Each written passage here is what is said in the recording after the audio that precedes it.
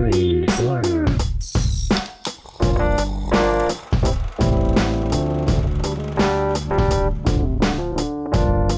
Hello, and welcome to Screen Slurps, the movie review podcast where we discuss everything that is good, that is bad, and that is savage in the world of cinema.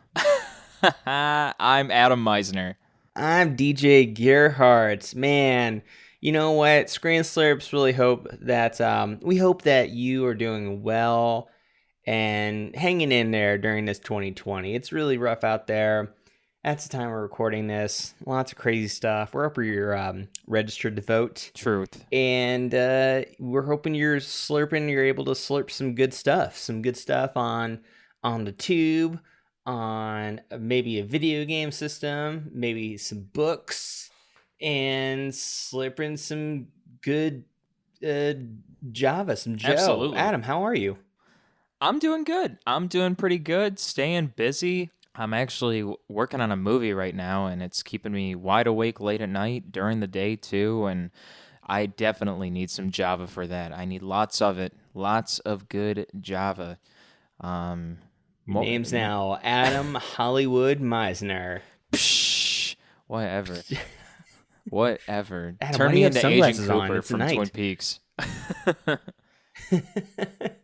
Nice, dude. Well, dude, I just say for one that I am super happy for you. That is super cool to do, especially during the pandemic. That's really cool that they're able to make that happen. Yeah, got to keep it safe. Yeah. Definitely keeping the masks on and checking everybody's temperature, making sure we're all COVID-free. We don't want to be sharing the disease, so definitely making sure everyone is not contaminated and making sure the movie proceeds onward nice and safely. Nice, dude. All right. Well, now that we've all heard that great tale, I will turn it, move it forward, rip it apart, I don't know what I'm saying. I'm not drunk. We're not talking about Fievel this week. It's not Fievel the Great Tale, you know. Fievel Goes West. I love Fievel Goes West. That's another time. And American Tail is so good. We need to review that. We need to do an episode of that sometime. Two of my favorite childhood cartoons. I used to have a stuffed Fievel. He had like this big like a big poofy blue hat they used to wear in the first one. I love that thing, and it was so cuddly. I wish I had that. Let's just get some off of eBay, man. And just cuddle with them. You know how much that would cost now? You know how expensive that'd be? They don't make those anymore. All right, let's not waste money on that, and let's talk about our side slurps of the week. Adam, besides our movie that we're going to be reviewing today, which is the 2016 film Dangal, what have you been slurping this week besides that movie? What have you been watching? What have you been playing? What have you been reading? And how has it been affecting you? All right. Well, I've been playing some more Destiny 2. I know I've been playing that the past couple weeks. Well, I'm still playing it. It's still good. It's a great game. It's been in existence for, 3-4 years now. It's been a while. Destiny's been a while. It's been a game for some time. They had Destiny 1. They've got Destiny 2. It's been going on for a long time now, but it's still good. So I've been playing Destiny 2, still watching Twin Peaks, about halfway through Season 2. I'm getting there. I'm working on it. Fantastic show. I already know who killed Laura Palmer now, but we're still trying to get down to the bottom of it. So the show must go on. So halfway through Season 2. Was it Paul Atreides? Was it who? Did Paul Atreides kill her? Kyle MacLachlan? Oh, no, he didn't do it. He's working on getting to the bottom of things. I need to watch Agent Twin Peaks, Cooper. man. I've been hiding that from you. I have not watched Twin Peaks, and I really need to watch Twin Peaks. Oh, it's good. It's real good. It's on my list to definitely slurp sometime. Yeah, with some coffee too. Kyle MacLachlan would really like that. But yeah, working my way through Twin Peaks. Not only that, but I also just finished watching all of Catfish, the reality television show that's on Hulu. They have it up on Hulu to stream. So I just finished watching the last episode they have available on Hulu. That show's just good to watch to see how crazy people are in the real world. I swear, people are just so sick in terms of relationships and things like that. The things that people do, people are weird. Can I just say that? Like, people do some weird stuff. I remember last week you said people lie. I remember that's what Yeah, your trailer for it was yeah. last week. People do some weird stuff. I think the person on the last episode on Catfish that they have on Hulu, he was scamming somebody. The girl who was on the episode was like, I think that this guy really loves me and he's asking me for money. And so Neve Schulman is like, wait, he's asking you for money and you've never met him in real life and you've never seen his face on FaceTime or anything like that? You've never live chat with him or anything? And she's like, no, but I think he really cares about me. And they're like, I don't know. It sounds like he's just using you for money. And she's like, no, I think he really cares for me. And they find out he was just using her for money. So and not only her either. He admitted to using like over hundreds of women. Like he's been scamming hundreds of women. And No. apparently he told people that he worked with at the bar he worked, he was saying in some conversation, he's like, yeah, they're my trophies. Women are my trophies. Ugh. What a sick man. Wait, So how does he do this awful. without Yeah. them meeting him? How does he do this without them even seeing his face on FaceTime? Not even that. He How does that uses a happen? fake profile. He stole somebody's pictures and then he just uses this name. He was using the name Antonio. His name wasn't Antonio, but he called himself Antonio and used somebody else's pictures and then created a profile and just like said that he needed money and would have these women send him money. No. So Gross. awful. So yeah, don't ever do that, anybody. Okay. Other than that, I was watching a You have show to answer called the The screen Great. slurps. Don't ever do that. I was watching a show called The Great Pottery Throwdown. That show is really cool. People making pottery.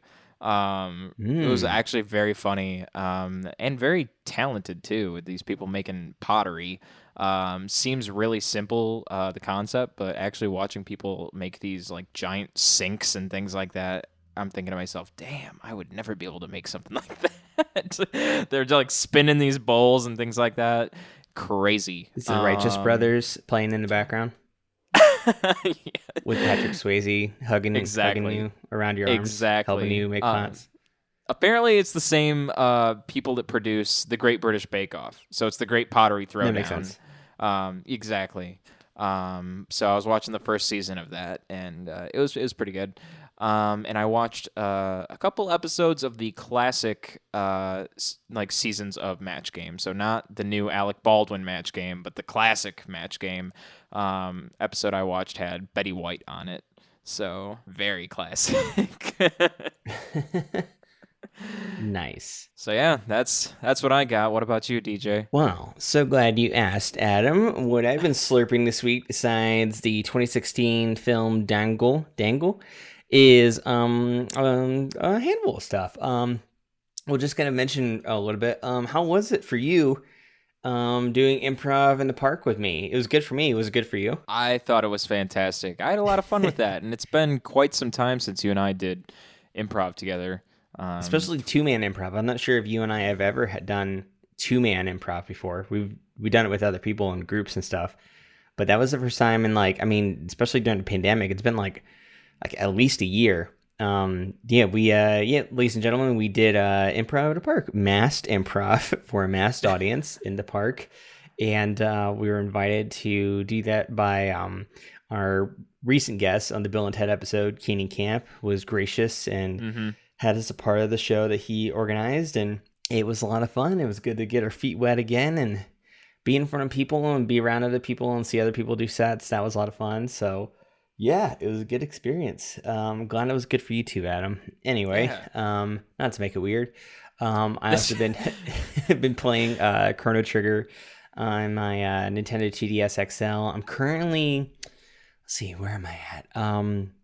So I've never actually beat the whole game before. I know what happens, but I made it like really far when I was like, I think I was in high school, but at that point I was playing the port that was on the PlayStation, and that was the PlayStation 1. I remember, I think it was like 9th grade. It had just back when come Chrono out. Trigger was a huge deal. Yeah, this was like, I didn't play it on the Super Nintendo. I never even heard of it on the Super Nintendo. I was too little for that. I was playing other games like Mario and Star Fox and Zelda. Because the Super Nintendo was after my Game Boy, that was like my first home console. That was like mine. The NES I played when I was like a toddler. That was, yeah, I think I was like 3 years old when I first played that. That was my father's. Um, but yeah, the Super Nintendo, I never had a Chrono Trigger for it. And Chrono Trigger was like on this like PlayStation 1 port. It also included like Final Fantasy 4, I think. And I remember I baled hay a bunch for one summer. I was like working for a farmer and baling hay and earning cash to buy video games. And I bought it, and it had like all these like cool anime cutscenes that were drawn and designed by Akira Toriyama, who's the master behind Dragon Ball and Dragon Ball Z and Dragon Ball Super. That genius. And Chrono Trigger, it is like possibly, I think IGN recently this week gave it like a big rating on like RPGs, best RPGs of all time, and Chrono Trigger was number one. And that I agree. I played a lot of great RPGs over the years and throughout my life, and especially this game. It's hard to beat this, and the thing is that I still need to beat it. So my current play is that I'm friends now with Robo. So we're in the future in the year 2300 AD, and like we just got like this like saw this like computer video of like what happened in the year. I think it's like 1999 or something, 1990s, where like the world ended, and like this like what is it, like Lobos or something, like the tick that's underground, this Oh, giant wow. tick that like destroys the future. And anyway, that's where I'm currently at in this Matrix future nightmare world with Robo. And I think that's right before I go to the dinosaur era, like the prehistoric era. So yeah, because I remember that's what happened back when I played it back in the, was it early 2000s or something? I don't know when I first played it. Anyway, I've also got back into Fire Emblem Three Houses, revisited that, an old friend of mine, as you may know. And I also revisited Super Mario Brothers 2 on my Nintendo Switch on the what is it called? It's like the app that you can play like old NES, and then there's another one for like SNES games. So I was playing this, and this was after watching the Super Mario Brothers 2 episode on the Gaming Historian YouTube channel, which I do recommend to anybody who is interested in video game history. And it's really cool to like watch what happened with Super Mario Brothers 2, because it evolved. Like it first started out as like this, like it almost looked like the same game as like the first Super Mario Brothers, and it was just like extremely hard. It was like punishing players for playing it. Like it was just Mm. like the first mushroom that pops out, some poison mushroom, and it kills you. And like it's not like this like give me the first level in Super Mario Brothers, you get a mushroom and you're big, and then but this one's like poison mushroom, and it kills you. And then there's like all these like death traps throughout like every single like second throughout Oh, that game. Lord. And so people like hated it. Like they sent it to America and like a Nintendo of America, and they're like, this is fucking hard. And like this is like, why would anyone want to play this? This is like, and plus it looks and sounds like the same game. Like we're not gonna play something that's like wickedly hard and it's not fun. And what was different, like mainly different about it, is that you had a Mario game and you had a Luigi game. It wasn't a two-player game. You had like those two options, and there was like a little bit of difference. Like Mario could he had traction, like he was able to, like, I don't know, stand his ground better, but he couldn't jump as high, and Luigi could jump higher, but every time Luigi would like walk around, it would be like walking on ice. There was no traction. So it was just like, okay. And so that was on the Super Famicom disc system in Japan, and they're like, okay, American audiences aren't gonna like this. Like, let's make it different. Let's make it new. So they took a game that was called Doki Doki Panic, and they literally reskinned it with Mario, like with Mario characters. And there was Oh my like gosh. original stuff, but like they borrowed that game, Doki Doki Panic, and like Nintendo acquired it, and it turned out to be a big hit, even though it was like way different than the first one. Have you ever played Super Mario Brothers 2, Adam? I don't think so. or at least it's been a very long time. Yeah. Try it out. You have a Switch, so try it out on the NES app that you can play it on. And it was like in that era of games. This is like literally. I mean, I'm a few years older than you, so it was like literally before you were born. It was like I think these games were like around like before I was born, if not around when I was like a year old or something. So I played them later. And this was like in that era where like Nintendo had come out like a wave of games, and then like the sequels were like just so different. Like Castlevania 2, Simon's Quest were like it's like way different than the first one. Zelda 2, Link's Adventure was also like really different than the first one. But I gotta say, everybody hates on Zelda 2. I actually really like it. I'm one of those rare people that really, really like the Zelda 2 mechanics because it had like more traditional RPG elements where you could level up Link, when that was really cool. And yeah, other than that, yeah, I recommend watching the Gaming Historian YouTube channel. And I also been continuing to reading Dune by Frank Herbert. Getting into that and really enjoying it. Glad I picked it back up. And I have also, to kind of cap my video game talk, I've also been interested in playing Undertale. Have you ever played Undertale, Adam? I have not played Undertale yet. I do know what you're talking about, though. I have seen some gameplay videos. I just haven't picked it up yet.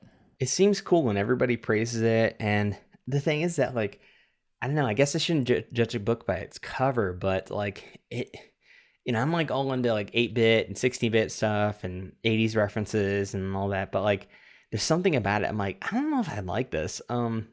But I think I might try it. I'm gonna wait till like next month, and then I might try it on my Switch. I'll let you know. I'll let you know how it goes on the show.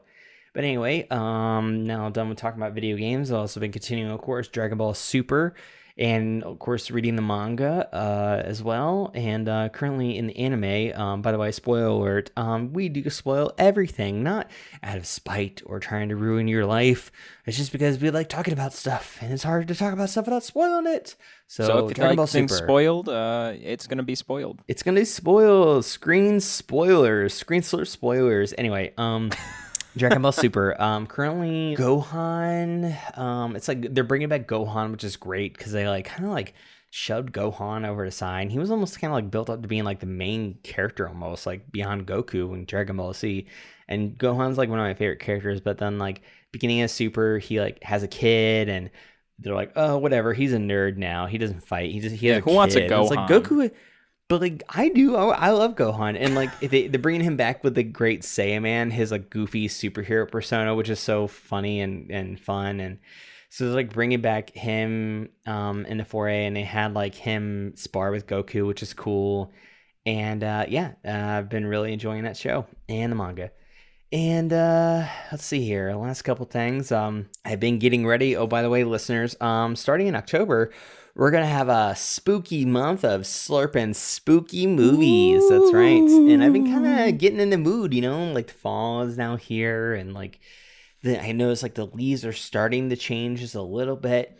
And yeah, I'm like, okay, here we go. I'm gonna like start watching some scary movies. And one I watched a little while ago, and I forgot to tell you about this, Adam, is that I recently watched Paranormal Activity 3, Ooh, and it was spooky. directed by our good buddy Henry Joost, who directed Yes. Project Power. And Paranormal Activity 3 is a fun, scary movie. It takes place in the 80s if you haven't seen it, and they do like some really cool stuff with like VHS work, and there's this like fun mechanic that like the Paranormal Activity, there's like, oh, there's ghosts in house, let's put up cameras, blah, blah, blah, like, oh, creepy stuff, it's a security surveillance stuff, which I find is like exhilarating. Granted, it's like the gimmick does wear off eventually, but like I think like security cameras are like fun and spooky. And ever since I played Night Trap with my dad back in like the Sega CD era in the 90s, like I've like been like, oh, it's so scary. But like Paranormal Activity 3, I think my favorite part, like favorite gimmick, I guess, it was when like the dad or stepdad or whatever, he like puts a camera on a oscillating fan so it like rotates left and right, so therefore you can't see what's Oh gonna boy. happen, and it like the suspense is killing everybody. I saw this movie in theaters when I used to live in Minneapolis, and like it was like opening weekend, and it was a lot of fun. Everybody was like screaming and laughing, and it was just a good time. But yeah, and then last thing on my list is I finally watched It Chapter 2. It was on HBO Max, and I've seen it, well, the new It, not the old one, the Tim Curry, the new one. Yeah, and this one had uh I mean, Jessica Chastain and Bill Hader were like the two biggest names, I think, in this one. And and also X-Man, Professor X, James McAvoy. James McAvoy was in it. And yeah, it's good. The thing is that like it has a lot of CG in it, and CG is not like my favorite thing, especially when like sometimes I'm like, oh, it looks like a scary video game, and it just doesn't hit me that hard. Um, you do so like I kind of like dismissed it as like a scary movie. The first one was like I thought terrifying, and also like fun too, almost kind of like an extreme version of Stranger Things. I said one of the kids from Stranger Things in it, and it was, I don't know, there was stuff in it that like the CG like just took me out of it. So then I just kind of like focused on the characters, and like I enjoyed it more as, yeah, kind of like an adult Stranger Things. So that was, yeah, it was fun. It was good to, conclude that story in the modern day adaptation of it, and I recommend it. But that is the end of my side slurps for this week, and let's now move on to the main course of the episode, which is I'm starving over here. Starvin' Marvin. Don't give me the my surprise, Adam. I don't like that. My surprise.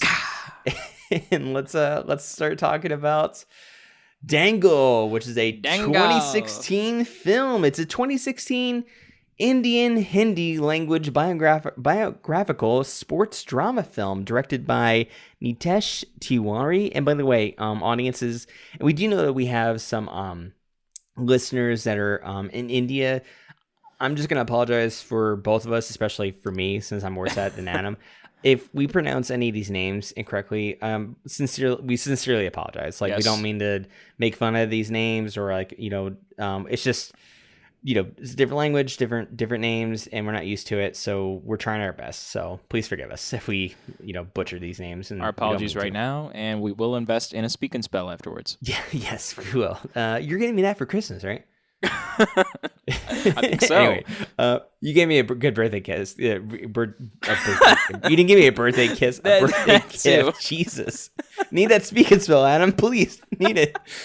Yes, you gave me a good birthday gift. So, God. Anyway, Dangle, which, by the way, I looked up, like, some say it like it translates to wrestling competition. I watched this YouTube video with Aamir Khan, who played the dad, Mahavir Singh Pogat, and he kind of briefly explained the meaning of the word, which he basically said that it means a challenging bout, like a difficulty, an intense thing, an intense challenging bout. But yeah, it's a wrestling movie. Dangal is a 2016 Indian Hindi language biographical sports drama film directed by Nitesh Tiwari and produced by Aamir Khan under his studio Aamir Khan Productions with UTV Motion Pictures and Walt Disney Pictures India. It is loosely based on the Pogat family. Aamir Khan stars as Mahavir Singh Pogat, Pelwani amateur wrestler who trains his daughters Geeta and Babita to become India's first world-class female wrestlers. Fatima Sana Shaikh and Sanya Malhotra portrays the adult versions of the two Pogat sisters, Zaira Wasim and Suhani Bhatnagar. Their younger versions, Sakshi Tanwar, their mother, and Aparshanti Kurana, their cousin.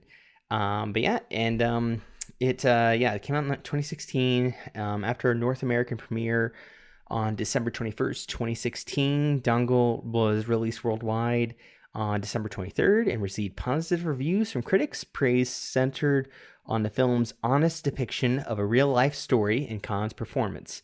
It was also screened at the Beijing International Film Festival in 2017 in April, and second in the BRICS Festival in June 2017. And its budget, and we were talking about this off the mic earlier, was 70 crore, which you told me, Adam, is translates, or the currency in US dollars is Hmm. 9.8 million, and it made the equivalent of between 311 to 340 million in US dollars. And yeah, it was also streamed a ton in China.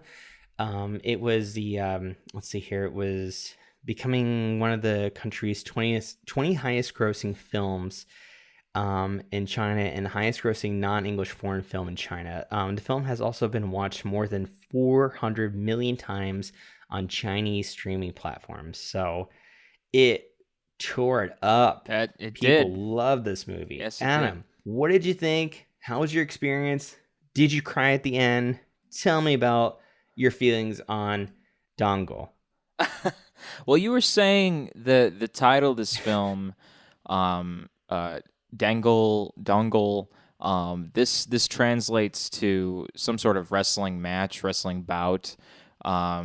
In English, is that what you're saying? It does translate to something of that sort. Yeah, I did a Google Translate. It said literally translates to riot, which yeah, I watched like a video with Aamir Khan, and he said it translate it basically he basically means a Hmm. challenging bout, like basically a Okay. fight. Oh, okay. So wrestling Yeah, I basically. mean, when I watched this film, I saw that this is something that is I wouldn't say a Netflix original necessarily, but it is something that is available to stream on Netflix currently. It's something that you can watch on Netflix.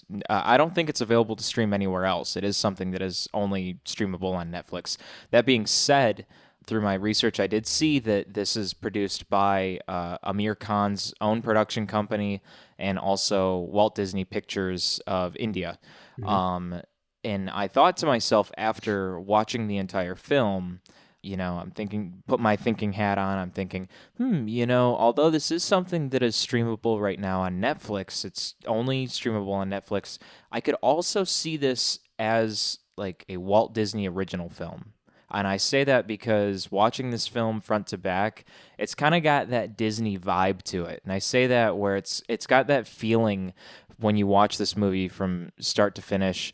It's got that really nice sort of Disney-esque sports film feeling where you just get that warm family feeling to it, where when you watch the movie, it's got that feeling where you get done watching it and it's inviting. That's like the feeling that I want to, the word that I want to use. It's an inviting feeling where when you watch it, it's got that family feeling where you almost you get invited to be a part of the main character's life, and it's kind of like you're living it through that character as well.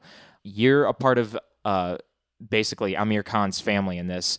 From the very beginning of this film, I thought Amir Khan's character Mahavir was the biggest jerk, and I thought he was going to be this giant asshole. And I'm like, man, He's got that yeah. I'm resting bee like, face. he is just a jerk, and I'm going to hate this guy. However, when you keep watching the movie, and even if you think he's, as I said, an asshole in the beginning of the movie, even if you think that along the beginning of the movie, you come to realize as it progresses and as you watch his daughters get better at wrestling and become more and more into the sport of wrestling, you start to realize how much more attached they become to the sport of wrestling and to their dad, to Amir Khan's training, to Mahavir's training style, and they become so much more into wanting to devoted to the sport of wrestling that he's that much more less of a jerk, that much more less of an asshole, and they become so much more committed to their father, to Mahavir, that you realize he's never really been, as I said, an asshole. He's just been so devoted to wanting them to be good at the sport, and I don't know how to say it other than like you look at it one way in the beginning, he looks like a jerk, and then at the end of the movie, you're like, well, maybe he was a jerk, but he was doing it for their benefit. And you see at the end of the movie, it's like maybe he was a jerk in the Yeah. beginning, but in the end of the movie, it's like he only was doing that because he cared about them. And I mean, he definitely still had like flaws for sure. I mean, he was training, he was looking for, to give some context to the listeners who may have not watched this before, which you do, I really, I recommend it, to go watch this movie on Netflix, or however way you can. He was definitely like pushing his wife and like, I guess he wasn't pushing, but he was like praying so hard for a boy. Like yeah, this man, Mahavir, and by the way, this is based off a true story as well, listeners. He was a national championship or a champion at wrestling, and then he took a job because he was told that he wasn't gonna be able to like, he can't eat medals. He has to make money. So he took a crappy office job and that made money that he hated, and he gave up his dream, but it didn't give up on him, is what they said. And he wanted to have a son so he can have a son to yeah, fulfill his dream. It wasn't really about like whatever the son's gonna have a dream, whatever his dreams are gonna be. It matters like what Mahavir's dream was going to be. And it's like, okay, like that's sounds like slave labor. Like, geez, like, and it kind of like lightens a bit. At first I was like, dude, like you can't just like enslave your son if you have a son into like fulfilling it's your true. dream. Like, Jesus, dude, he's his own person. He's not. I don't care if he's your son. No person is an extension. Has to be an extension of their parents. Nobody. And they should be their own people. Anyways, but that kind of lightened, at least for me, when he was like, he noticed like his two daughters, because he ends up having what, four daughters all together, four daughters. And it was funny, like when he was getting all these tips from people in the village, like, oh, only make sure Oh and yeah, try to get your wife yeah. pregnant on a Sunday. Hold it in until Sun. It's like, ugh, dude. And then like everybody is like rooting for him to have a son, giving him all advice, and that was funny. And but it's like, boom, daughter number one, daughter number two, three, four, and then like the two older daughters, the ones that the movie's about, Gita and Babita, they as kids they beat up these boys, and suddenly Mahavir's like, oh, like I could train them, they could be wrestlers, and he starts getting like super feminist, and I was like, oh, this is cool. Like he's changing his ways. He's like taking, he doesn't care about sexism or anything like that, and everybody else is sexist, not him. That's cool, but like still it's like, oh, but you're also kind of Yeah. enslaving them too, because you never asked them if they No, want to he's just wrestle. like, you're gonna do It's it like because he want like I yeah. need someone to get these medals.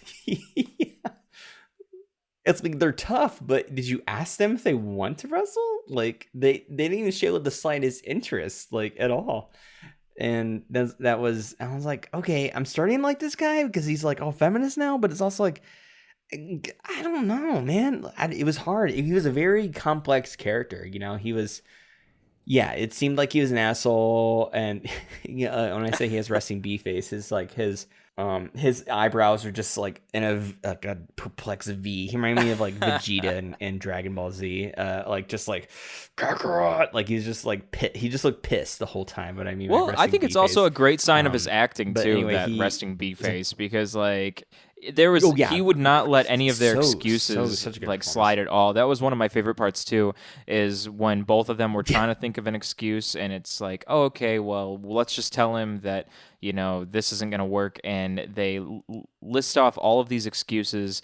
And the moment that I believe it's Gita says that she had to kill like 4 or 5 lice at night or something because of them wrestling around in the mud, and then he forces them when they wake up at 5 the next day to shave their heads. Like he has to cut their hair off, and they yeah. are just freaking Oh, out. Yeah, that that did was kind of suck, but he's heartbreaking. like, no, you're gonna shave their heads. I was like, dude, this is like borderline child abuse. Like, I don't know. That made me feel pretty weird. I was like, I don't think this is right. Because I mean, they're girls. They love their hair. And I'm not saying all girls have to have long hair or anything like that, but I'm saying these two girls seemed like they really loved their long hair, and it was part of like their identity. And it was, was hurtful to have it cut, and it's like, But that was when that I don't resting know, B dude. face Like, reigned supreme, and can he you was like, just like, "Nope, you're not gonna break me." oh yeah, yep, didn't break, just kept that B face, and yeah, it was there was some tough moments, and, because like you wanted to like him. Oh, by the way, this dude Amir Khan, jacked. Like you could tell, like I mean, especially in that first earlier scene when he was like wrestling, like in I don't know what was it, like a cafe or something like that. Like he wrestled the state champion, and he was a national champion. He wrestled him just in public because like he was giving him shit, and like these two dudes like take their like overshirts off, and both of them are just like ripped. Like Amir Khan is like his muscles are huge, and like as he like gets older, like in the movie, you could totally tell they like put like I don't know, like a tire on his waist. Like it didn't look natural fat. It looked like a suit to like make Mm-hmm. him look like he gained weight, but it's like I can totally tell you're still jacked under Like, you can't lie to us, Amir on those Khan. We know you're ripped. whatever kind of like padding you're wearing. Yeah, we know you're ripped. I saw that YouTube video I was watching. He's like in his 50s. He was born in like 1965, I think, and or 1960s sometime. And the dude just looks super youthful and fit and healthy. And it's like, okay, yeah, they definitely aged you up a lot for this movie. But it looked natural. I mean, other than like the super jackness underneath the padding they wore. But yeah, both those guys were just jacked. And yeah, I wanted to like him.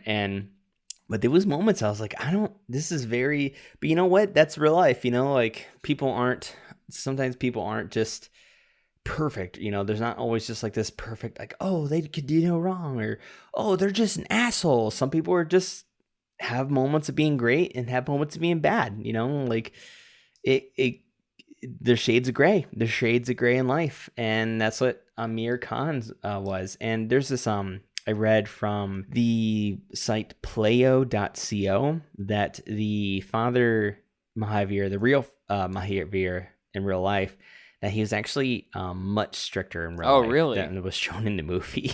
It said, yeah, in the movie, Amir Khan playing Mahavir Pogat. Again, I apologize for if I'm mispronouncing these Indian names. I apologize. That the Mahavir was a shrewd character who was strict on her daughter, on his daughter's training and regime and their conduct. To those thinking he was pretty strict for a father, need to know in reality he was much tougher. Yikes. So like, it's like, whoa, dude, even tougher than that. And you can say like, oh, well, they won gold medals. Yeah, but like at what cost? Like, I don't know. Anyway, I guess there's worse things. I don't know. I'm not judging or I'm what kind have you. of curious to know. But yeah, it was. How much more strict? Yeah, me too. Yeah. I hope he Ooh. didn't beat them or abuse them. But yeah, so like as he was training them, and they were like wrestling, these like very strong boys, getting by like all like the harassment and torment from the village, like, oh, weird, their heads are shaved and they're girls and they're wrestling and blah blah blah blah, the sexism, just all this shit they're giving them. They like persevered, and it was cool like to see Mahavir like keep his like his grumpy face and like kind of like cut through all the bullshit and got them in these wrestling matches. And it was so cool to see the little girls. Again, the little girls' versions of Babita and Gita was it was Zaira Wasim played young Gita, and Suhani Bhatnagar, I think I pronounced that correctly, played young Babita, and they were just dominating the boys. Even like the really fit boys. I love that one scene where I think it was Gita. They're like, here, choose your boy they like were assholes. They're like, choose who you, they will pummel you to the ground or whatever. And she chooses the one with like the 6-pack and like just super fit child, like boy. And she's like, I want that guy. Go easy on her. and then she beat him. Yeah, go easy on her. She's like, that'll be your mistake. Like, it was so badass. And she beat him. It was so cool.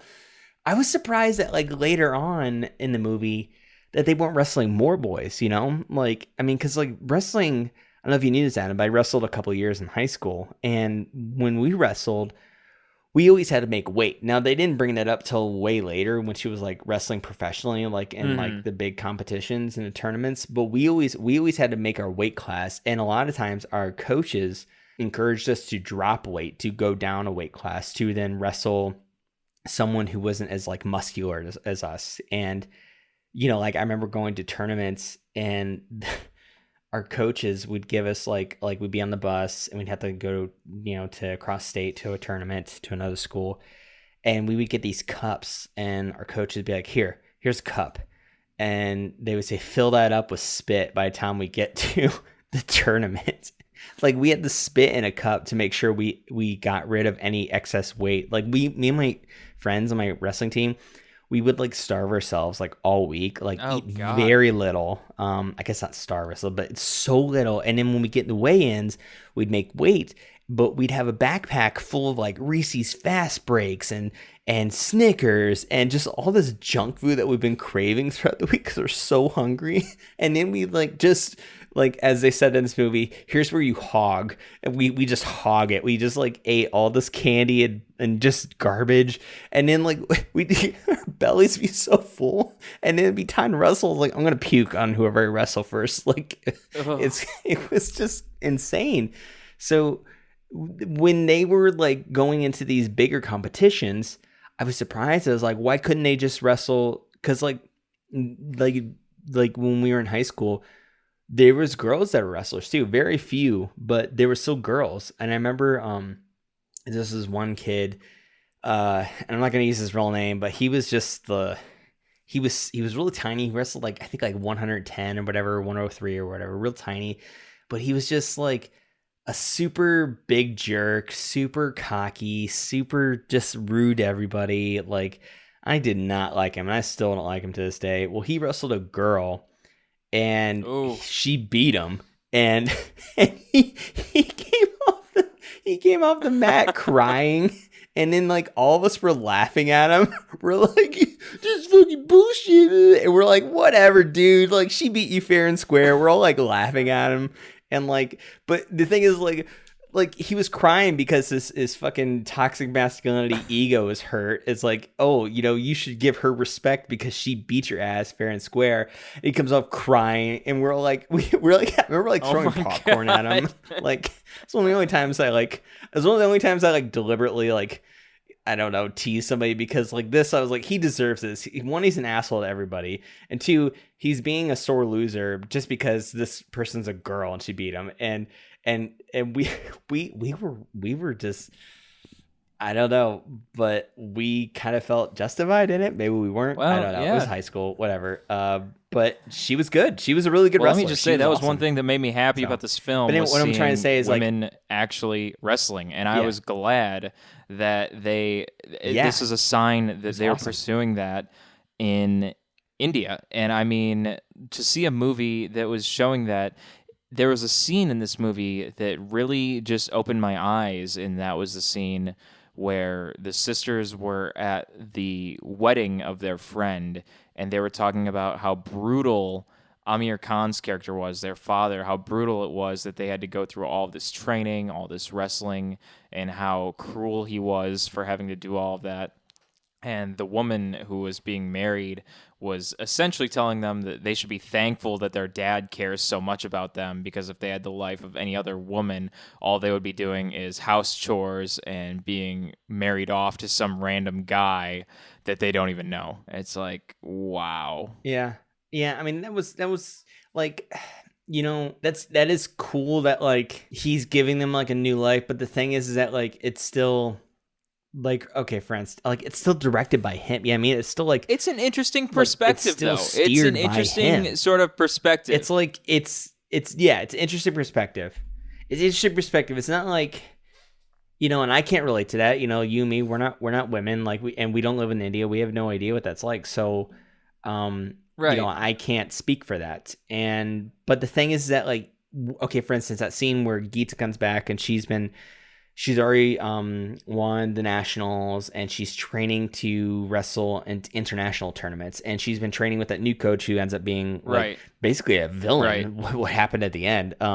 And so, and I get it at that point, like, you know, he's being a dick because he was like saying like, no, you can't coach, and like, you know, her dad was like, no, I gotta coach her, whatever. But the thing is, like, I get it, like, it's a national team, you know, you know, they have a national coach. He was a dick about it, the national coach to Mahavir.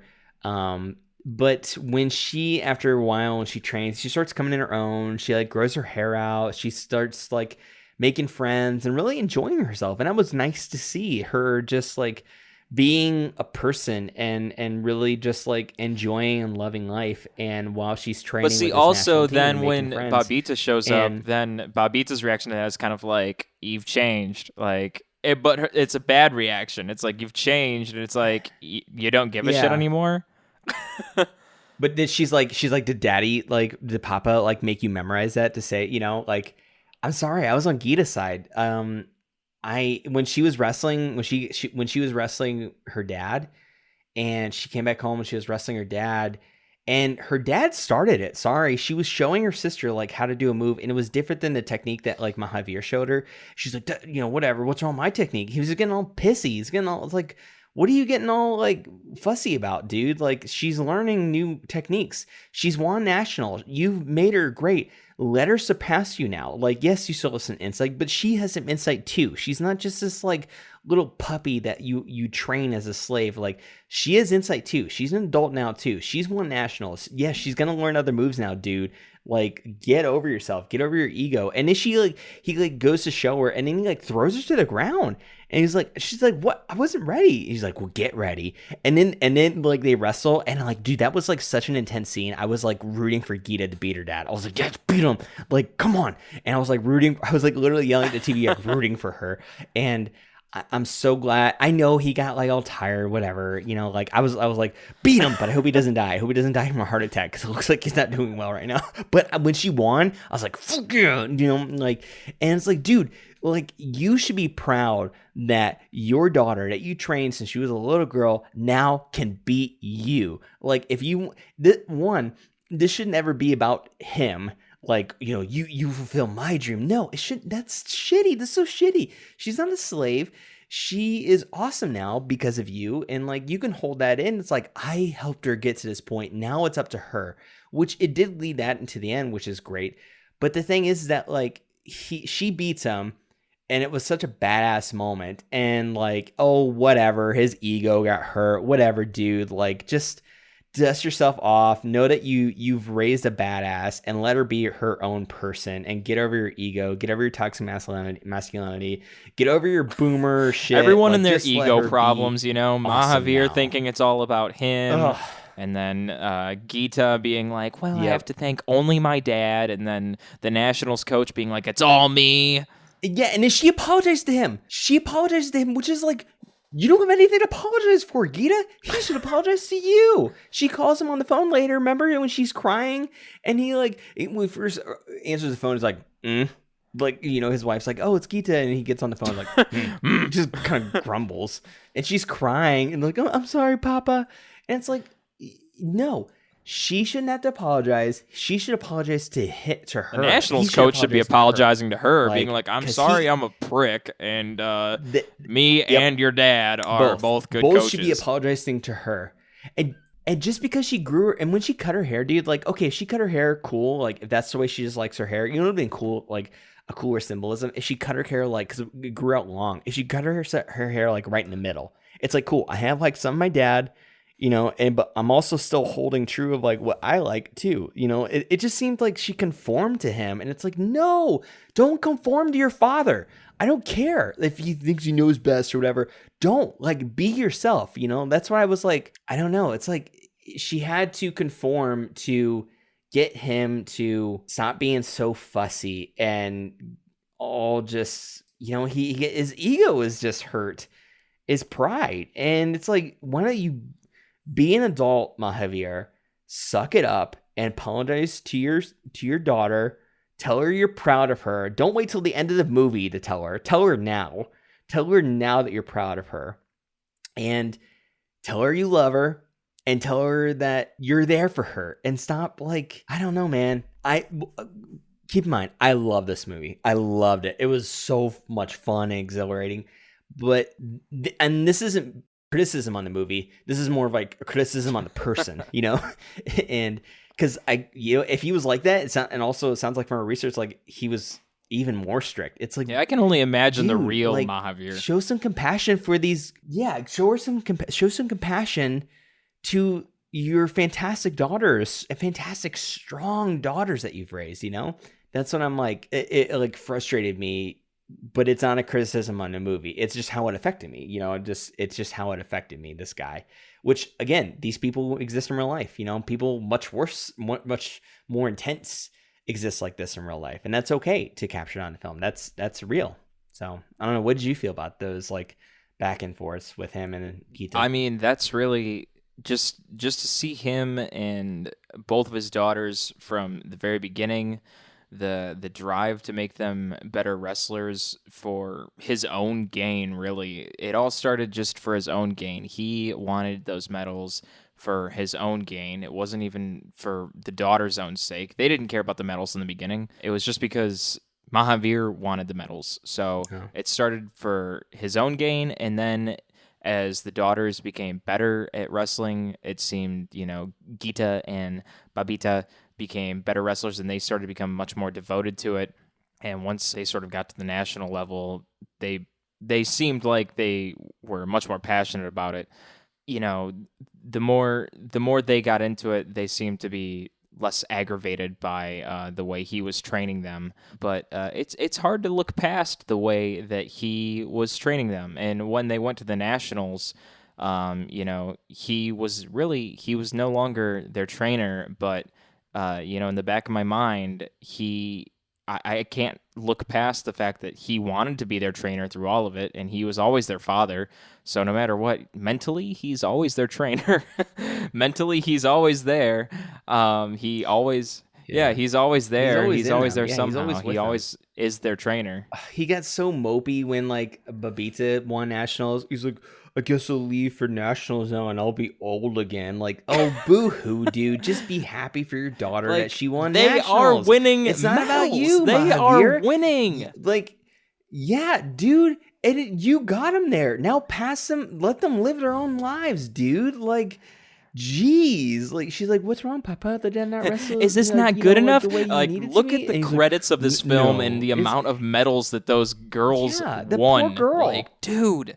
They're badasses. Yeah, poor Babita. Like she was just like, I mean, she was like really, and she was like yelling at Gita, like you need to apologize, Papa, or whatever. And like, it's like he's super mopey. He's super sad boy mopey, Mahavir. Even though Can you imagine him having like a birthday party or something and they're like wrestlers. lighting the ice cream sundae candle and it's like, do you need more scoops? Like he's like, it's not tall enough. And it's just like, oh please, like daddy needs more ice cream. Like No, keep in mind that like I am not criticizing Aamir Khan at all. this is a sign that he's he a did some great fantastic actor. acting. He's so good. Yeah, he's so good. It's so cool that he's a fantastic actor. It's so cool that he produced this too. And Aamir Khan is amazing. And it's just this character Mahavir, it's adaptation of the real person Mahavir. It was I think he smiled once. It's Like so at true. I the just imagine this international guy being like a and sad tournament. clown at the clown museum or something, walking around, and us walking up to him being Yeah. like, excuse me, can we buy you an ice cream cone, or like can we get you something to eat? And them just being like, nobody loves me. It's like, can we please do super something for grumpy. you? Like, But you know what? That combined with the cousin Amkar, I think how to pronounce it. Amkar. He was that juxtaposition between how silly Amkar was, especially the Amkar throughout life too. I think the actor who played Little Amkar was Anmol Charan, and adult Amkar was Apar Shati Kurana. Um, it was so funny seeing him like joking around and trying to like get his uncle to like smile, and he and he always just look at him with his grumpy face, and it's like it was, I don't know, there was some funny moments in there I really liked. And he's like checking out girls, and then he's like, oh, it looks, it's very lovely here, and he looks back at his uncle, and he just has this like still the Oh furrowed yeah. brow, grumpy face. It's like, oh, sorry. And when they, that was so funny when like, because like later on, like remember when they weren't allowed to like Gita and Babita got like another chance to wrestle. And then like they had like watched the wrestling tapes and like this like what was it, dirty Yeah. movie theater they rented out, and then they ended up like bringing the tapes in so they could watch it. And it was so funny when like Amkar thought like, why are you Yeah. taking me to see this movie? Like, you're the suspense with you, uncle. Like, it was so funny. And they're just watching wrestling videos. And but by the way, I didn't really catch why Gita and Babita were almost disqualified at the end. Do you remember like they brought it to like these like board members like, oh, please give him another chance, please give him another chance? Like, what, I don't remember like what happened to almost disqualify them. Do you Oh, recall? I don't recall that. I was like, what did they do? What did they do wrong? I forgot. Um, and I watched it. I finished it today, and of this the day of this recording. So I don't even recall that. Anyway, but yeah, that's why they those board members or the tournament of the internationals, they basically said like, okay, well, they can have another chance, but you know they can't leave, and they have to like train here, and they can't train under you, Dad. And so yeah, that's why they were kind of like doing their research off to the side.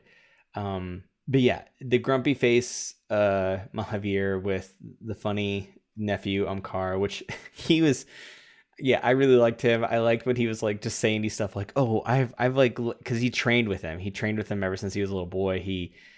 And also they were always slapping him around too. Like it's like Uncle's just slapping him like over and over and over, and he would tell Babita and Gita like, "Oh, I've been letting you guys win this whole time on purpose." It's like, yeah, whatever, dude. They like totally kicked your butt. And what did they call them? TTSS or something like that. It's stands for like not being strong or tiny and Something like strengthless or that. something like that. Yeah, it was just funny, that back and forth. It was good. What I'm trying to say is like it was a really funny and it was a funny, warm-hearted dynamic that brought levity to all the intensity that was happening.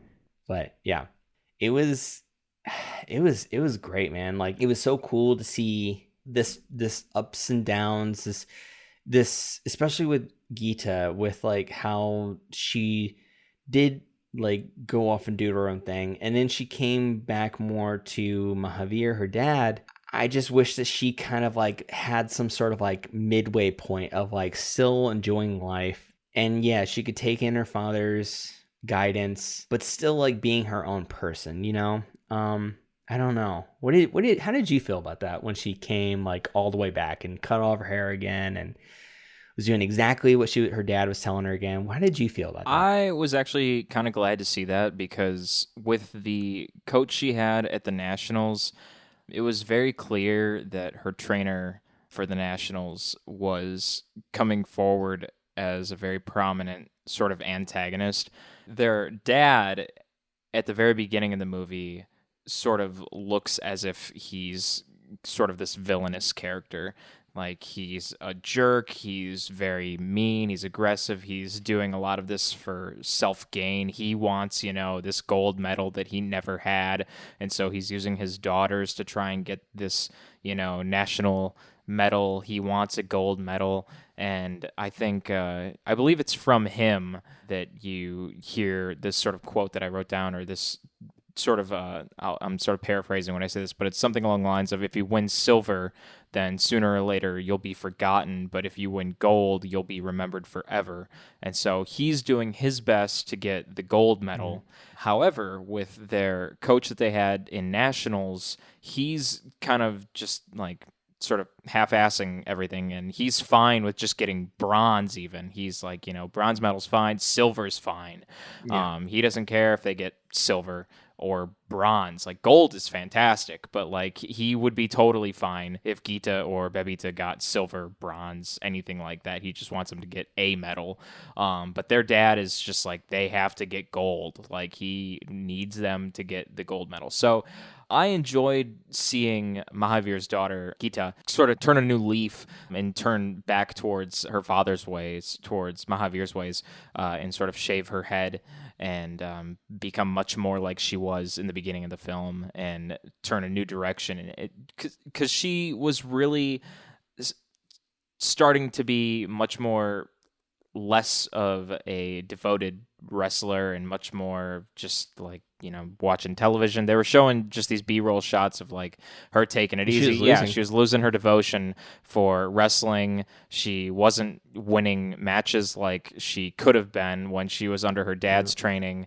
She was getting knocked out. Couple matches in tournaments. And then when Babita joined her, then she kind of brought that to her attention, like you don't care as much. And then that's when you started to see that turnaround. She shaved her head and she started to really get back into things. And that's when we're getting towards the end of the film, actually. And that's when you get into the finals, when their father is coming to see Gita's final match, and he gets locked out of seeing the final match. That's a cough spoiler alert, everybody. I'm sorry, to spoil things, everybody, but yeah, he gets locked away from seeing I liked it. Yeah, it's good. It's actually a good thing. It sucked, but it showed that she was able to do it on her own now. She didn't need this villainous coach. She didn't need her dad, who did know what he was doing. He did, for sure. But it was like she had to get it. She had to win it on her own, and that was really cool. It sucked because that was probably on her mind the entire time she was wrestling. Like, other than she had that memory when she was younger and she was swimming, and her dad was saying like, I'm not always going to be there to save you, and that was a great lesson. But yeah, and I'm sure she must have was thinking it as she was like getting her medal and thinking like, where's dad, and like, well, I think that's exactly why she won the match, is because it brought that memory to her attention, and that made her think of the move that made her win. Yeah. And oh man, that move was awesome, dude. The matches were so good in this. Like, they nailed it, Dan. Like, I felt like I was back in high school wrestling again. Like, it was so cool. They did such a good job. And that last finishing move, dude, I thought, is she gonna break her neck? Was so cool. When she took her, and this person that she was wrestling was from she Australian, right? Yeah, and she was like racist. Like, she was like on TV. She's like, oh, I'm gonna wrestle this Indian, and she mockingly said namaste. I'm like, whoa. I hope Geeta crushes her. Like, this person's making fun of her for being Indian and and saying some derogatory stuff. Like, this is not cool. Like, I was like, yeah, get her, Geeta. Like, I was getting pumped. But yeah, when she did that finishing move where she flipped over her back, and I was like, and Geeta's head sort of come towards the mat and was bending. I'm like, oh no, please. I was really worried that she was gonna break her neck. It kind of reminded me of $1 Million Baby with Hilary Swank when she was boxing. Oh man. But yeah, I was really glad she got back up, and yeah, they gave her the 5 points and she won it, and it was so cool. And when her dad finally come in, because a custodian or somebody let him out of the broom closet, that this guy who was hired by I'll just call him the evil coach.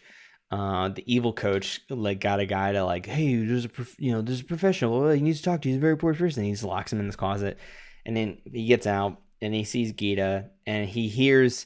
It was so cool, because he couldn't get out in the broom closet. He was hearing the Indian national anthem, and he knew that she won, and that was so cool that he it showed growth in his character. Granted, I still think he should have apologized to Geeta. I still definitely think he should apologize. I still think he should have said that he was proud of her way earlier. But with acknowledging that, it was tremendous growth when he arrived in the gymnasium, the stadium, and saw that she had the medal, and she gave him the medal, like, here, Papa, I won this. Here's your gold. Here's the gold medal. And he looks at it and he wipes his eyes and he puts it back on her neck and he says, I'm proud of you. That was like tremendous character development. That and was then we so can all much start growth. crying. And that was, oh, dude, I was holding back tears. I was holding back tears, man.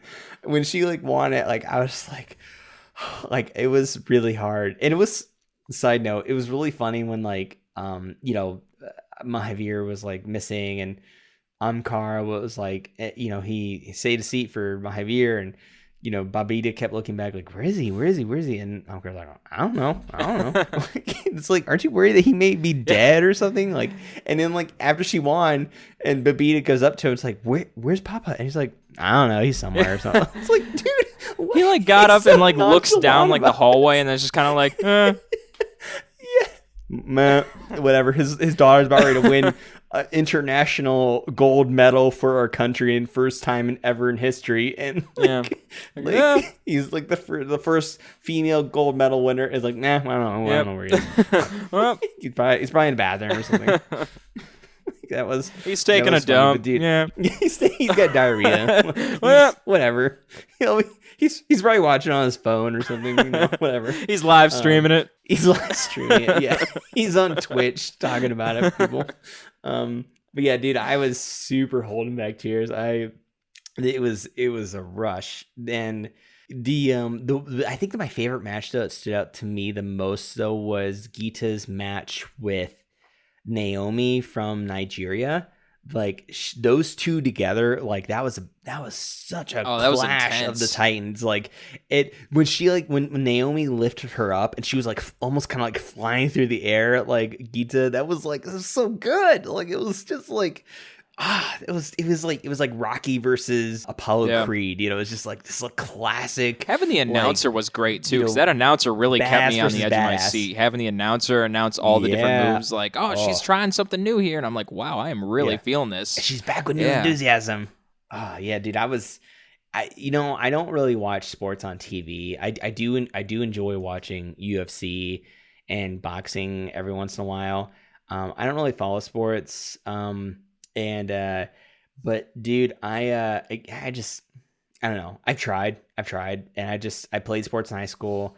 I just get bored, I like watching the Olympics too, but yeah, UFC, boxing, any kind of combat sport, if it's on, I enjoy watching it. I do, especially UFC, I get into, but I don't watch other sports, but man, I do enjoy a good sports movie. I really do. And this is definitely, it's up there with like Remember the Titans for me, man. Like it is a good sports movie, and I really enjoyed it. And yeah, it was a ride, dude. And it was kind of long, but like it felt good. It felt that like was definitely one of my worries like, going into it. I was like, this is gonna be a long movie, but it was good. It was definitely worth it.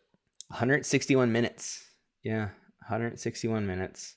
But it was like the way it was like the first half of his pacing, I was like, oh, this movie seems like it's wrapping up. Like, and then you pause it and you're like, oh, it's been 30 minutes. It's like I'm only halfway through. Yeah, it's like it's been 10 minutes. Like what? Like how do we? But they told so much story in such a. Even this amount of time, they packed in so much story, and it was, I don't know, man, it was well made. It was really good. But yeah, what was like some of the parts that stuck out to you towards like the end of the movie, like when like the main, like the final climax was happening? Like what was some of your favorite parts? I mean, really, it's just Geeta's relationship with her father, and Babita really kind of sneaks in and out with the movie, but the big thing I think is the relationship between Geeta and Mahavir is the real connection. I think in this film, also the trainer for the Nationals and how he connects with Geeta as well. The evil coach, the evil man. That dude was such a dick. He just good intent from that man. No, he just wanted to keep his job and get credit, but not really. Like, I don't know. It's just, he sucked. And he everything he sucked. wanted was the He opposite wasn't of there their was dad. It would be like the dad would be like, "I need you to, you know, go on the offensive on this one," and then they'd cut to the national coach, Mhm. "Go on the defensive on this one."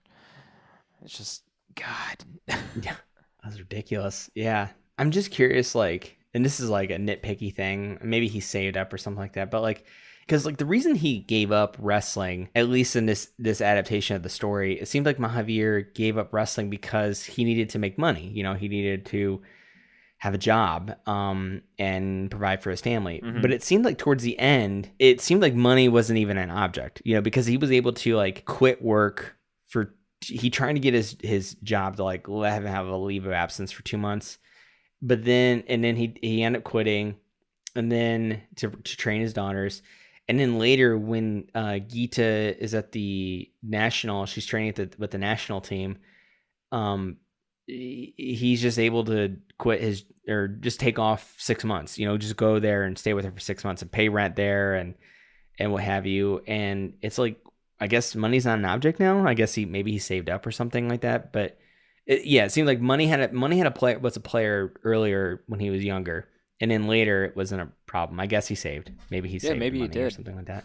Or maybe the daughters made a bunch of money when he was like having them in the mud wrestling matches, you know, because they were like killing it. You know, they were just like Well, the dominating. fact that Like they every boy were they mud challenged wrestling and to got begin famous. with, they were making a bunch of money for the people that were hosting those competitions. That was the big draw in the beginning, was the fact Mm-hmm. that they were going to Yeah. mud wrestle at all. At first, they weren't going to have the mud wrestle because they were women. That was the first thing. And then they're like, fine, then don't have a mud wrestle. And then as they're walking away, then it's like, actually, no, we're going to have the mud wrestle because they are women. And that's going to get a bunch of people to watch and pay Yeah. for it because they're women. And it was cool to see because it wasn't because they started feeding them chicken, and that was like a big thing. There was a big dispute between Mahavir and his wife because she was like, "I'm not going to cook meat in here and stuff," and he's like, "Well, they need protein," and he ended up getting the chicken from this guy, and he got like a deal from him. He's like, "Well, you will be known as the guy who gave these champions chicken, Yeah. the protein they needed," and it was so funny to see him because he ended up him and his daughters like they ended up going to the international championship Yeah. to see them, and it inspired his daughters, and it was so cool to like see. That was the time that was when he smiled. That was like the one time Javier smiled was when he saw the guy who owned the chicken shop and his daughters show up, and they were like there to cheer Geeta on. That was like, yeah, the time that he smiled finally. But yeah, I didn't mention this earlier, but in 2017, this was awarded the 2017 Best Foreign Film and Top Foreign Actor for Aamir Khan from China's Duban Film Awards Ooh. and 2 Jackie Chan Action Movie Awards, and was nominated in the Asian Brilliant Stars category at the 68th Berlin International Film Wow. Festival. And yeah, people really praise this. And when it comes to like the true story that was based off of, I got a few more facts to read off here from playo.co. Another one is that Geeta won India's first ever gold medal in wrestling, so that was based off of real life, winning a gold medal at the 2010 Commonwealth Games held in Delhi. Geeta scripted history, becoming the first Indian woman wrestler to win a gold medal. She achieved the feat in the 55 kilogram category and against her Australian opponent Emily Benstead. I guess they used a different name for the movie. Emily Benstead in a one-sided clash. She also won an international tournament even before Commonwealth Games. Didn't know that. And she also is the first Indian female wrestler to qualify for Olympics and win a world championship medal. Geeta Phogat became the first Indian female wrestler to qualify for Olympics when she achieved the same in the 2012 London edition. Hell yeah. Go But Geeta. yeah, that's awesome. Yeah.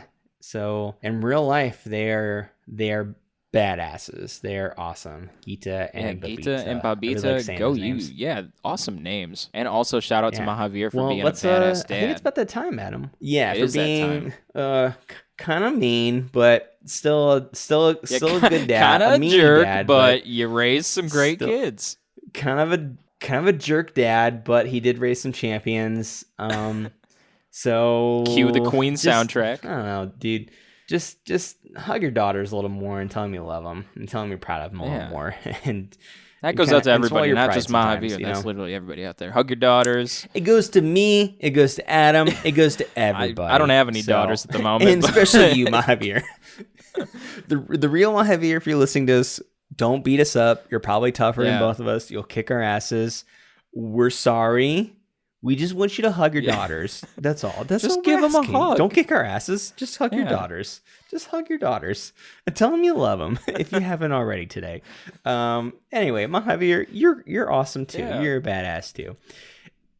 Anyway, before I dig us in a hole and get our asses beat by Mahavir, Adam, we kind of move into our screen slurps up or slurps down section. So, what's your final thoughts and your final verdict, my friend? I'll kick us off. Mahavir, this one goes out to you. Listen, this movie I think was absolutely fantastic. I typically am not one to run right out and watch sports films, but this movie was really a fantastic film from start to finish. And honestly, to watch a true story about a family regarding what appears to be a father who, from the beginning, looks like he would be a true jerk to his two daughters for his own benefit, and then see the turnaround from the middle to the end. It's incredible. It's very incredible to see. We all have our flaws, and we all have our gains too. But to see Aamir Khan's character Mahavir, to see what he is going through with his family, with Geeta and Babita, their wrestling. I just can't put it into proper words, really. This is a family story with wrestling. and it's fantastic to see Geeta and Babita start as children and be raised by their father through what starts off as what appears to be what's seemingly cruel. It looks cruel to my eyes. It looked cruel, and then progresses as just fine intentions.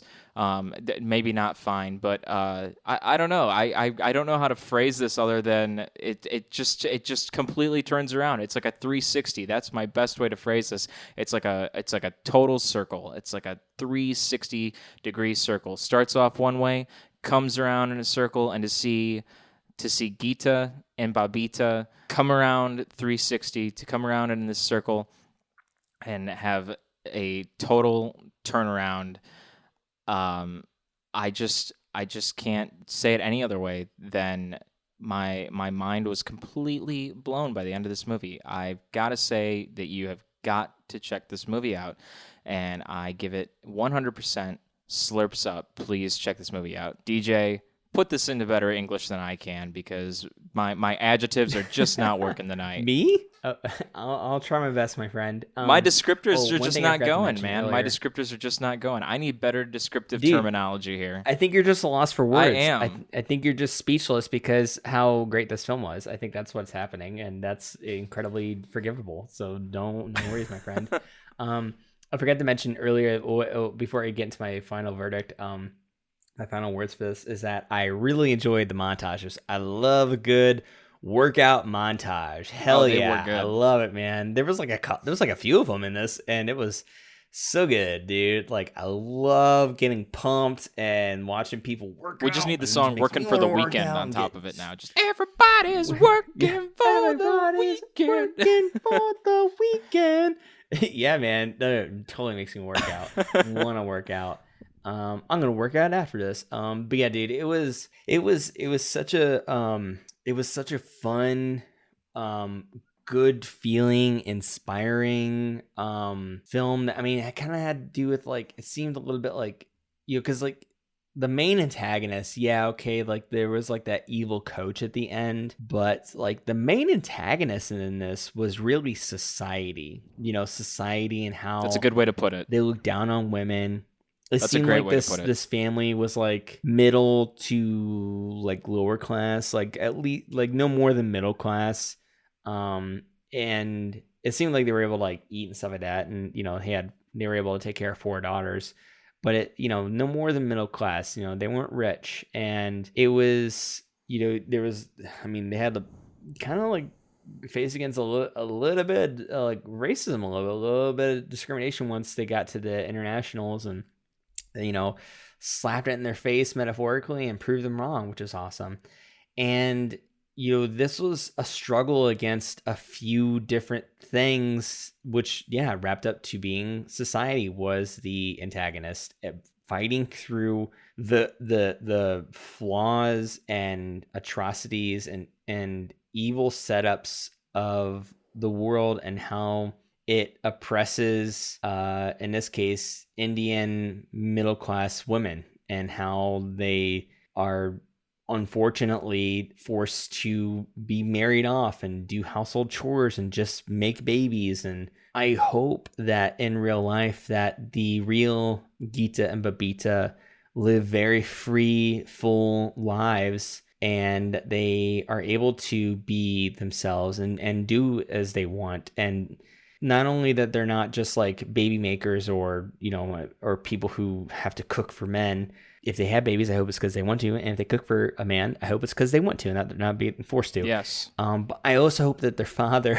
has learned a balance with them, that they're not like, they don't have to like conform to him to to gain his love. It's like, you should never have to do that with your parents. You should never have to like sell yourself short or sacrifice your identity in order to please your parents. That your parents should just love you for who you are. And also, like, yes, we should respect our elders, but also the elders should respect us too. Yes, we should respect our elders. Elders should respect young adults too, for what we know. Just because people are older does not mean that you know more. We as young adults have our own lives. We've gone through our own experiences. We are all different people with different insight. I myself, as a man in my 30s, like, I can still learn a great deal amount from like, a 12-year-old, or, an 18-year-old or an 80-year-old, whatever the age is, because we all have different insight. We all have different experiences, and, you give respect and you get respect. That's the way it should work. And this film showed, I think, that was in the future of these two women, these two strong women, Geeta and Babita. When Geeta won the gold all by herself, she survived, and she conquered the odds, and she conquered her opponent all by herself. This, as I said earlier, almost made me cry. Like, I was trying not to cry, and it was so touching. It is so good. Everyone who's listening to this, please go watch this. I don't know what else I can say. I love this film. I loved every actor that was in this. Every actor in this was tremendous. It is a subtitle film, so be aware of that if you don't like that. If you're not used to subtitle foreign films, I really recommend it. It's really important to, and I'm trying not to sound pretentious here, but it's really important to absorb other walks of life throughout the world. And movies are, it's not the only way that it should be done, but it's a great way, especially on Netflix. There's tons of international films. Like, it's important to view that from, other people's languages, and they may not speak English, and that's okay, but we're all human beings. And so be aware of that going in, but know that, like, it is a feel-good movie. It's an exciting movie. It's a touching movie. It's a fun movie. There's funny moments in it too, and it's action-packed too. During the matches, it's action-packed, and it's a triumphant movie. Spoilers, it's a happy ending. It's a happy ending.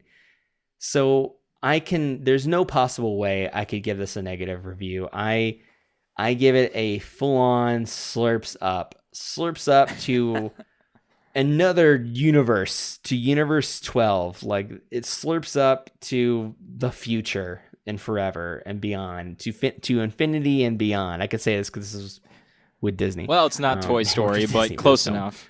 Yeah, it's not, but they're all under Disney, so we're all under Disney, right? We're all owned by Disney in some way, I guess. I think so. Yeah. But yeah, I love this movie. Please go watch Dangal. I think I'm pronouncing that right. That right. Dongle with the wind. English. Dongle. Dangal. Dongle on Netflix. 2016 film. You won't regret it. It's so good. Please go watch it. And fun little fact, real quick, before we get into the ending of this episode, Adam, is that I don't know if you know this or not, but Dangal, along with Japanese anime film Your Name, which Dangal overtook as the highest grossing foreign film, began a new trend at the Chinese box office, with Chinese audiences slowly moving away from Hollywood blockbusters and taking more interest in films from other countries. Ooh. That's awesome. Your Such Name as is also a Bad great Genius, film, and let me just say thank you for that descriptor, because this movie definitely shows let women do what they want. Come on, like this movie showing stop telling women what to do. Let women do what they want, and if women want to wrestle people, let them do it. Let them beat people up, because they beat you, dudes. If that woman is gonna kick get your over ass, it. And when they do beat you, say good game or thank you. Be something respectful and say thank you for beating my butt. You earned that, and thank you for that. You did that rightfully. Yeah, like you're awesome. Don't cry like that dude I was mentioning. Please, back can in high I have school. some Don't more? Cry. Yeah. Ask for another one. Ask for another butt whooping, and be gracious with that one too. So that's what we say at Screen Slurps. Always ask for another butt whooping. Mahavir, please don't come and beat our butts. You're probably nice in real life. You're a good guy. You're probably a good guy. Don't beat our butts, Mahavir, if you're listening to this. Sir. Anyway, you will for sure kick our asses. Hey, you're probably like what? Like he's probably like 10 something. Aamir Khans. Kick both our asses. Yeah. Yes. Yeah. You can take on the world. Anyway, moving on. It's that time for solo plug. Solo plug time, Adam. Woo-hoo. Adam, I'm gonna have you do a solo plug first. What's your solo plug this week? You can catch me all over social media at my name, at Adam Meisner. That's Mizner. So all over the internet. That's Twitter, that's Instagram, Facebook, you name it. I'm all over the place. And I make music, original music. I do covers, and I would really appreciate it if you request something. Just shoot me a message. Just tell me what you want to hear. I also make original music. I request the Mize surprise. That can be anything you want it to be. So it might just be a song about penguins delivering you pastries. That's what you're getting now. You would surprise me in a Mize way. That's the surprise now. It's not a surprise anymore. I just told you what it was going to be. Give me another Mize surprise then. Don't tell me though. Oh, all right. Okay. I'm sorry, I interrupted you. You were continuing with saying that you make original music, correct? I write music and I record it, and it's just for you to listen to. I put it up online. He's really good, everyone. Adam makes some smooth music. It is really good. I think my favorite right now is I appreciate that Careless Whisper cover. I really enjoy that song. Ooh, that cover I appreciate that. Yeah, he's Adam, you do sound, you edit every Screen Slurps episode, you're working on a film, you do music, you host this podcast with me. Like, what don't you do? You play video games, you've seen all of Cowboy Bebop, you watch Twin Peaks. Sounds like you're the perfect dude, right? If you think that, that's very kind of you. No comment. That's very kind of you. This man deserves your praise, everyone. He's a good guy. He's a good friend too. I've known him for a long while. He's a really good friend. Mwah. Anyway, through the Zoom screen. But yeah, solo plug for me, DJ Gearhart. That's me. If you don't know which one of us is who at this point, is DJ. I stream on Twitch. I stream on Twitch every Sunday at 6 p.m. Central Time. I play video games and I do other fun things on my channel. So follow me at twitch.tv/-jayhart. That's twitch.tv/DASHJAYHART. That felt good. Anyway, I think that wraps up for this episode of Screen Slurps, everyone. Thanks for listening, and please be sure to like/follow us on social media, and know that we release new episodes on every Monday on Spotify, Apple Podcasts, and just about anywhere you can find podcasts in the universe. And please be sure to follow us and subscribe to us on those platforms. And if you like our show, give us a nice rating on Apple Podcasts. It'll help the show grow. Yes, please. And recommend us to everyone in your multiverse. Please, please, please, please, please. So, closing out, this is DJ Gearhart. And I'm Adam Meisner. Slurps up and catch you later.